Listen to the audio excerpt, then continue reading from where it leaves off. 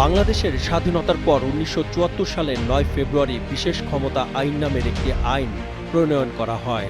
আইনটি কার্যকরের পর থেকে এ নিয়ে বিতর্ক শুরু হয়। তবে নানা বিতর্ক থাকলেও ক্ষমতায় থাকতে কেউ এই আইনটি বাতিল বা অপসারণের উদ্যোগ নেয়নি।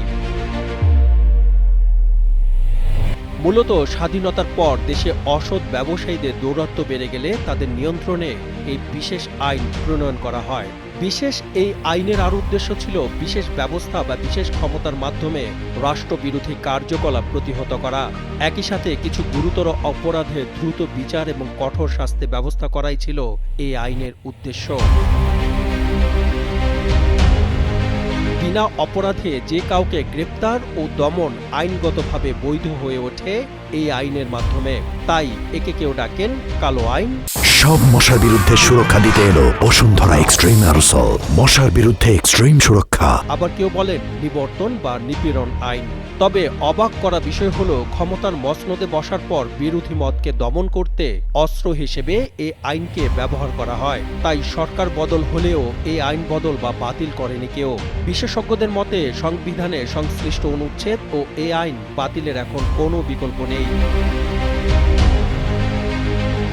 বিভিন্ন সরকারের সময় এই আইন প্রয়োগ করে গ্রেফতার কাণ্ড নিয়ে নানা প্রশ্ন উঠেছে। তবে বর্তমান অন্তর্বর্তীকালীন সরকারের সময়েও কেন এই আইনে প্রয়োগ করতে হলো সেই প্রশ্ন তুলছেন কেউ কেউ। বিশেষ ক্ষমতার এই আইনটি নিয়ে দেশের নতুন করে আলোচনা জন্ম হয় গত ৯ এপ্রিল থেকে। ওই দিন রাতে একজন নারী মডেলকে তার বাসা থেকে আটক করে ঢাকা মহানগর গোয়েন্দা পুলিশ।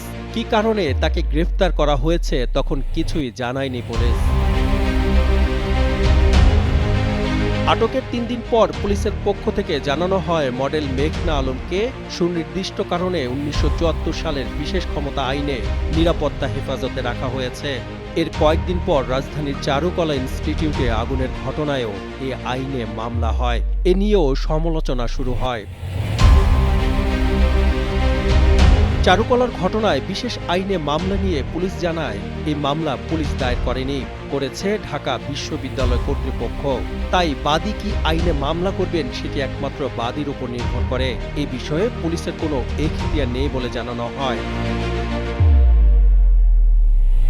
যদিও আইনজীবী ও মানবাধিকার কর্মীরা বলছেন থানায় যখন কোনো মামলা হয় তখন সেটি কোন আইন বা কোন ধারায় হবে সেটি পুলিশই বলে দেয়। আইনজীবীরা বলছেন এই আইনে কাউকে বিনা বিচারে আটক করার ক্ষমতাই এর মূল বিতর্কের জায়গা। অতীতে বিভিন্ন সময়ে এই আইনটি নানা অপব্যবহার করা হয়েছে উল্লেখ করে আইনজীবীরা বলছেন এই আইনটি সংবিধানের সাথেও সাংঘর্ষিক, যে কারণে বিশেষ ক্ষমতার এই আইনটি নিয়ে উদ্বেগ জানিয়েছে আইনজীবী সহ সচেতন মহল। এদিকে মানবাধিকার কর্মীরা বলছেন বিশেষ ক্ষমতা আইন প্রয়োগের মধ্য দিয়ে মানুষের অধিকার নষ্ট হচ্ছে এবং এটি মানবাধিকারের চূড়ান্ত লঙ্ঘন বলেও মন্তব্য করেন তারা। এখনই যদি বিষয়গুলো বিবেচনায় না আনা হয় তাহলে এটি নিয়ে এক ধরনের ভীতিকর পরিস্থিতি তৈরি হবে বলে জানায় মানবাধিকার কর্মীরা। সাদমান সাকিব, কালের কণ্ঠ।